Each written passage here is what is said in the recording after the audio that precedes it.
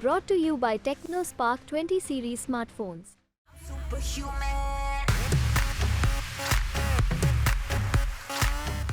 देश भर में चुनावी माहौल है और लोकसभा चुनाव के लिहाज से देश के दूसरे सबसे बड़े राज्य महाराष्ट्र में सियासत की बड़ी हलचल देखने को मिल रही है। महाराष्ट्र को लेकर अलग अलग ओपिनियन पोल सामने आ रहे हैं, लेकिन एक लोक पोल का जो सबसे ताजा ओपिनियन पोल सामने आया है वो वाकई चौंकाने वाला है।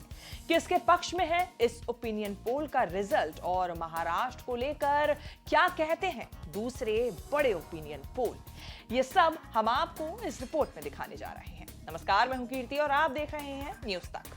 ताजा ओपिनियन पोल की शुरुआत करते हैं लोक पोल के ओपिनियन पोल से, जो कि वाकई चौंकाने वाला है।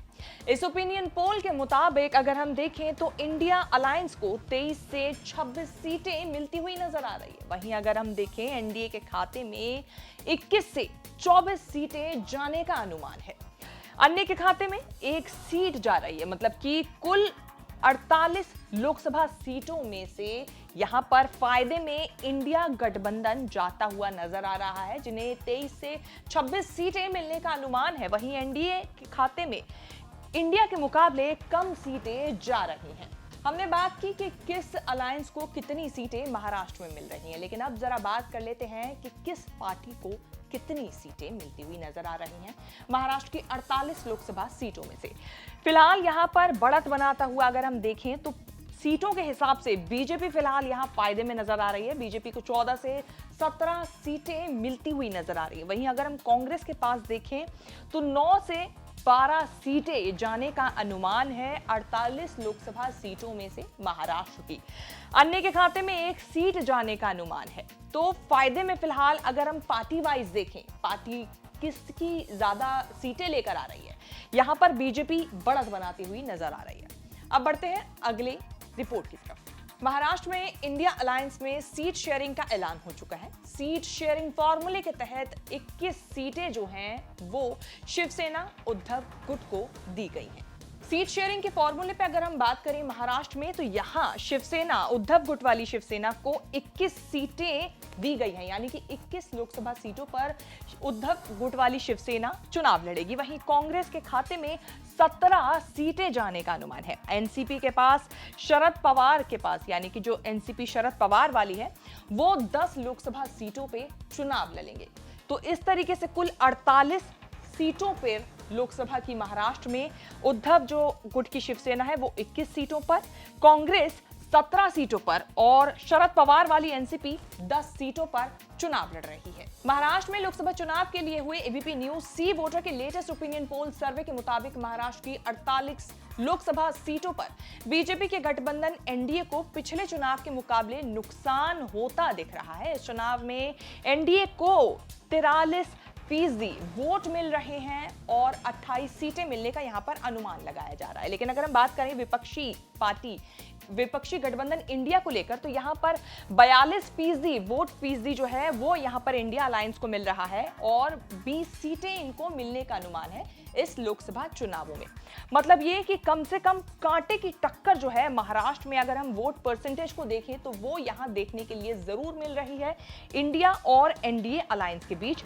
महाराष्ट्र की कुल 48 सीटों पर ये कांटे की टक्कर देखने को मिल रही है। हालांकि चुनाव में जो सीटें जीतने का अनुमान है वो एनडीए के खाते में जाता ज्यादा जरूर नजर आ रहा है, लेकिन वोट शेयर अगर हम देखें तो दोनों का लगभग बराबर सा ही नजर आ रहा है, क्योंकि एक तरफ 42% वोट नजर आ रहे हैं और एक तरफ 43%। अभी तक हमने बात की सीट शेयरिंग फॉर्मूले पर, हमने बात की कि किस पार्टी को कितनी सीटें मिल रही हैं, हमने ये भी बात की कि किस पार्टी का वोट शेयर कितना जा रहा है।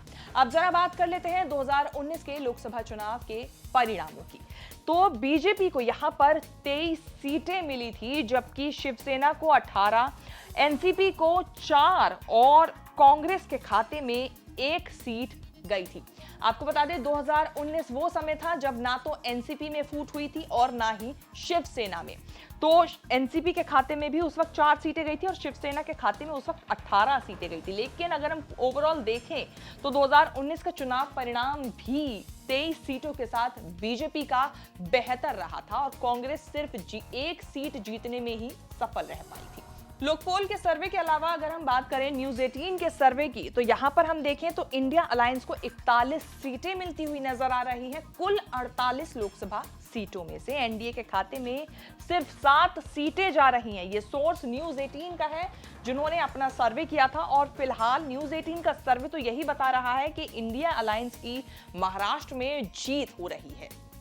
बात करें टाइम्स नाउ ईटीजी के सर्वे के मुताबिक, तो यहां पर इंडिया फायदे में नजर आ रहा है।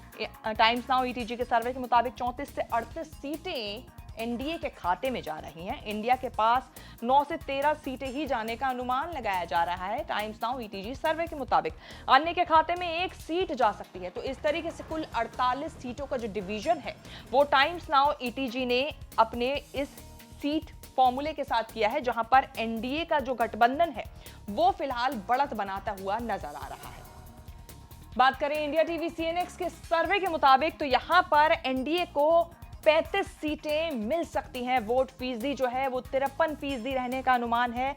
बात करें इंडिया अलायंस की, तो यहां पर 13 सीटों के साथ 35% वोट शेयर इंडिया अलायंस के खाते में जा सकता है। अन्य के पास सीट जाने का अनुमान कम बताया है इंडिया टीवी सीएनएक्स के सर्वे ने, लेकिन 12% जो वोट हैं वो जरूर यहां पर जाते हुए नजर आ रहे हैं।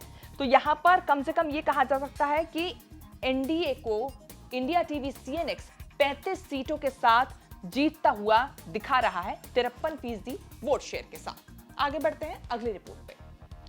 इंडिया टीवी सीएनएक्स के हिसाब से बीजेपी कितनी सीटों पर और शिवसेना कितनी सीटों पर, साथ ही एनसीपी कितनी सीटों पर चुनाव जीत सकती है, ये इस पूरे ग्राफिक्स में दिखाया गया है। बीजेपी के पास 25 सीटें जाने का अनुमान है। शिंदे गुट की शिवसेना के पास 6 सीटें जाने का अनुमान है। वहीं एनसीपी, अजीत पवार वाली जो एनसीपी है, उसके पास 4 सीटें जाने का अनुमान लगाया जा रहा है कुल महाराष्ट्र की 48 लोकसभा सीटों में से।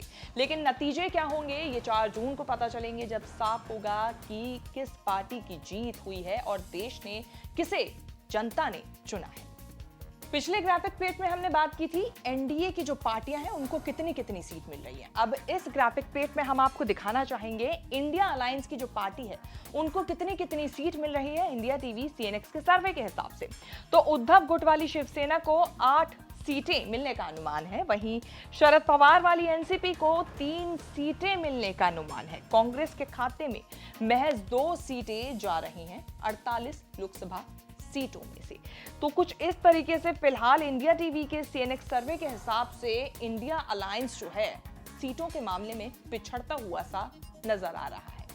एक और opinion poll India today mood off the nation के हिसाब से एनडीए के खाते में 22 सीटें जाने का अनुमान है। वोट फीसदी 40.5% रह सकता है। इंडिया के खाते में 26 सीटें जा सकती हैं और 44.5% वोट शेयर रहने का अनुमान है। कुल सीट जैसा कि हम आपको बता चुके हैं कि 48 महाराष्ट्र में लोकसभा सीटें हैं और इनमें से अभी तक जितने भी सर्वों को लेकर हमने बात की उसमें लोकपोल और India today mood off the nation जो है वो महाराष्ट्र में इंडिया अलायंस को आगे बढ़ता हुआ दिखा रहा है। मतलब कि एनडीए फिलहाल इन दोनों ओपिनियन पोल के हिसाब से पिछड़ता हुआ सा नजर आ रहा है। जैसा कि हमने बताया, एक बार फिर अपने दर्शकों को बताना चाहेंगे कि इंडिया अलायंस 26 सीटों के साथ महाराष्ट्र में India today mood off the nation के हिसाब से आगे बढ़त बनाए हुए है 44.5% वोटों के साथ, और एनडीए के पास 22 सीटें जीतने के साथ 40.5% वोट शेयर जीतने का अनुमान है और कुल सीट 48 है।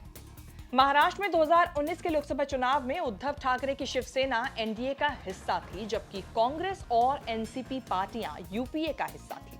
महाराष्ट्र में बीते दिनों दोनों प्रमुख पार्टियां शिवसेना और एनसीपी में टूट हो गई। इस बार के लोकसभा चुनाव में एनसीपी और शिवसेना दोनों में 2 अलग अलग गुट बन गए हैं, जहां शिवसेना शिंदे गुट और एनसीपी अजीत गुट एनडीए का हिस्सा है।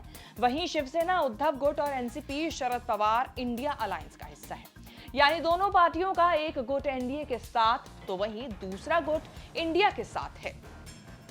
इन सभी सर्वे से साफ है कि महाराष्ट्र में शिवसेना एनसीपी को तोड़कर उसके एक गुट को अपने में मिलाने के बाद भी बीजेपी को ज्यादा फायदा मिलता नजर नहीं आ रहा है। कांग्रेस के नेतृत्व में बना इंडिया गठबंधन बीजेपी एनडीए को कड़ी टक्कर देता हुआ नजर आ रहा है। देखना होगा आने वाले चुनाव में जनता किसका साथ देती है। आपके हिसाब से इस बार किसकी सरकार बनेगी? क्या आपकी राय है? कमेंट करके जरूर बताएं। बाकी ये वीडियो आपको कैसी लगी ये भी बताना बिल्कुल ना भूलें। बाकी इसी तरीके की आगे भी खबर देखने के लिए आप न्यूज़ तक को सब्सक्राइब कर लें, वो भी बेल आइकन के साथ, ताकि आगे आने वाले समय में आपसे हमारी कोई वीडियो मिस ना हो।